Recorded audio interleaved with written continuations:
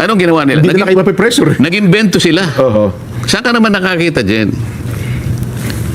Para sana maintindihan sana ng mas madali. Opo, ng ating mga kababayan. Kasi kahapon, yung assistant ombudsman, na nakita ko siya, nagpa-interview na naman siya sa isang istasyon ng television, na tinatanong siya, bakit po ninyo, pati si Senator Marcoleta, kinasuhan nyo ng plunder? Oho. Kasi po kahit ako, parang hindi yata yun kasi contribute. Yun ang tanong sa kanya, Yun naman, no? donasyon ng mga kaibigan niyang Hindi private naman pera funds ng naman gobyerno yan, Tapos sinabi niya, hindi, kasi kahit private funds kasi, kapag yan ay binigay na merong pangako o kung ano mang pabuyang parang ibigay niya dahil meron siyang opisina, ganyan. Sabi nila, sa bakatwin kahit po pala pribadong pondo. Oo. Na kapag may pangako, may ganyan, ano. Yan po pala ay plunder. Oo, sabi niya gano'n. Mabigat, ano ho? Oo. Ang nakakapagtaka doon, Jen, wala man lang siyang nasabi kahit konti. Kasi kailangan mong establish ito Po, establish mo yun, oho. Kung walang kaugnayan yung pondo doon sa sinasabi mo, baka nag-speculate ka lang, baka inaakala mo lang, baka nangako ito ng kung ano-ano, na maaaring sa pangako na yon merong madadamage ang gobyerno, o madadamage ang serbisyo na para sa mga tao. Yan ang mga kasi pagka ganun, corruption yun eh. Ayun, opo. So kinakailangan mong i-establish yung connection nung pagbibigay nila ng tulong sa'yo, dahil kampanya kasi ito, Jen, ito sinasabi ko eh. Kailangan mong i-connecta. Pinakikinggan ko siya, wala man lang siyang masabi na koneksyon. Pagkatapos, bumalik na naman sa iba. Alam mo, kanya, ang plunder kasi, kaya mas marami yung napagtatalo kami, sabi siya. Mahirap kasi kanyang i-prosecute ang plunder. Kaya, alam mo kasi, pag plunder kasi, corruption yan, katiwalian, talagang wala kang makitang resibo, wala kang makitang paper trail. Ganyan, ano. Plunder nga raw, ano, pag ano. Kaya napakahirap talaga. Ngayon, ang sinasabi nila, siya inamin niya eh. Siya mismong nagbigay ng katibayan. Sa palatuntunan natin ito, sabi niya, parang admission against interest. Tingnan mo itong mga taong ito. Siguro para sa mga kababayan nating nag-iisip. Si Senator Marcoleta, kumandidato ng 2025 election, may kaibigan siya, tumulong sa kanya. Nagkataon kasi yung mga tulong na binigay ay wala pang campaign period. Hindi pa sa ako po. Pero yung tulong na yon ay sakop ng election period. Ang election period kasi, Jen, ay 1 year before the election. So isang taong singkat yun, ano? Pero yung campaign period, magsisimula ng February 11. 90 days ata national. Hanggang 90 days yan. 90 days. Hanggang sa ikaw ay manalo na, ano? Ngayon, so sabi ko, ang trato ko dyan donation kasi wala pang campaign period. January. Ang campaign period kasi February 11 ang umpisa. Dapat kapag binigay during the campaign period, contribution. February 11 ngayon, ito nang submit ako ng SOSE. Liwanagin natin para makita ng mga kababayan natin. Doon sa SOSE ko, sinabi ko, ang aking expenditures, yung ginastos ko, sa kampanya, 112 million pesos. Okay. Ngayon, sinisita nila ako, paano ka makakagasta ng 112 million?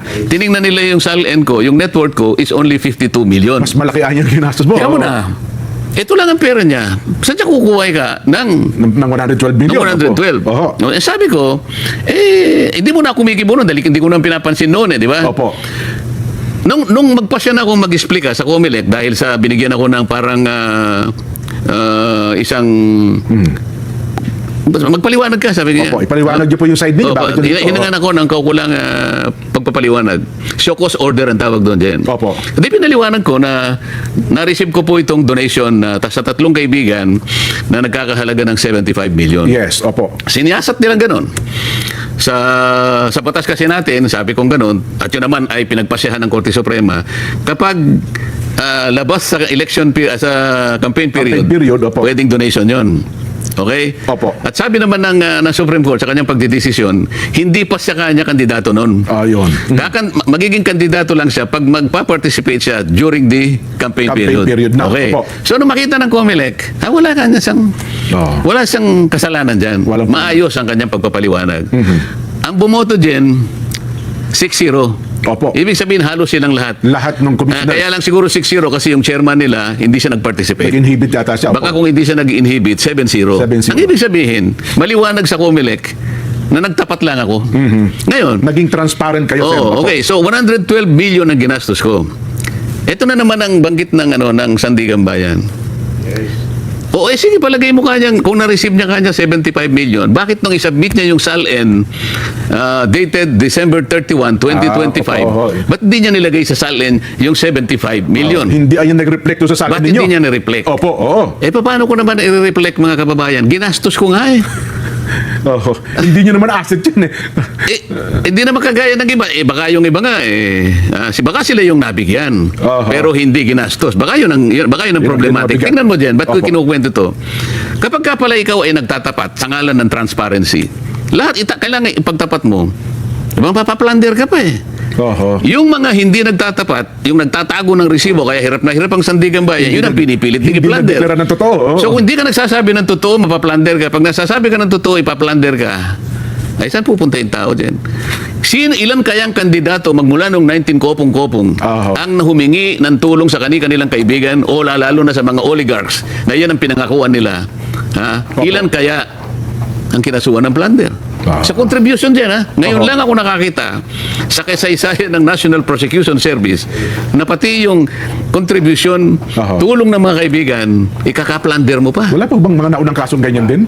Wala. Ito lang talaga, first time. Wala. ito. Alam mo ba- Mukhang test case pala ito, no? Alam mo pati yung mga estudyante ng batas. Oo, ng mga Nagtatawa law na eh. students, ano? O, alam nila yung elemento ng ano eh. Oo. Alam mo, pagka sinabi mong plunder, merong elemento yun eh. Yes po. Kailangan mong i-connect doon sa corruption. Doon sa damage sa gobyerno. Kunyari may project, may kontratang gobyerno, palagi mong kinukonek doon eh. Oho. Merong may injure na parte ng gobyerno. Oho. Meron kang sa katiwali na yung kumita ka, Yes. nag-kickback ka, may ill-gotten ka. Pero ng gobyerno Oo. dapat eh. O kaya naman, Ano? kahit na hindi doon sa paraan na yon, Oo. pero pinangakuan mo na ganito, hindi, kaya tatanggalin natin si ganito. Tatanggalin mo yun, walang kasalanan yun, nagseserbisyo. Oo. Ibig ko sabihin, palaging merong connection na gano'n ang gagawin mo Yun. dahil meron siyang nakikitang magagawa mo. Oho. Yun ang hindi plunder kung hindi indirect Indirect bribery. bribery po yun. Kasangkot na rin yung PD46 na sinasabi nila kasi Oho. magpinsang buo yung dalawa na yun eh. Opo. Lahat ng kukunin mo na pabor o ibinigay sa'yo, may kapalit yun. May pangako. ano? Dahil sa Ganun. opisina mo. Ngayon, kailangan ipaliwanag natin, ano ba ako nung ako'y kumakandidato na senador Opo. noong 2025 national elections? Ito ako noon. Magtatapos ang aking term June 30. Opo, last term nyo nun as congressman eh. Last Opo. term ako. Opo. Gagraduate ako. Last Matatapos termer. ako June 30, 2025. Yes po. Bago ako kumandidato din, nasa 19th Congress ako, bago pumasok ang January 2025, na kung saan doon nila ako binigyan ng pantulong, Oho. panggastos ko, sino si Rodante Marcoleta?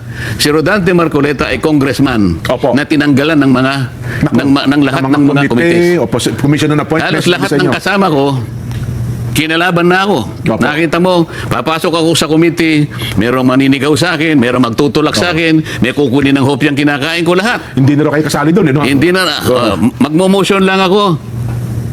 Your Honor, I'm sorry, you cannot make any motion because you're no longer a member of this committee. Yes po. Kailan po ninyo ako tinanggal? Oho.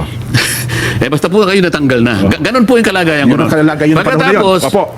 yung Commission on Appointments, Yan, isa pa tinanggal yan. din po ako ron.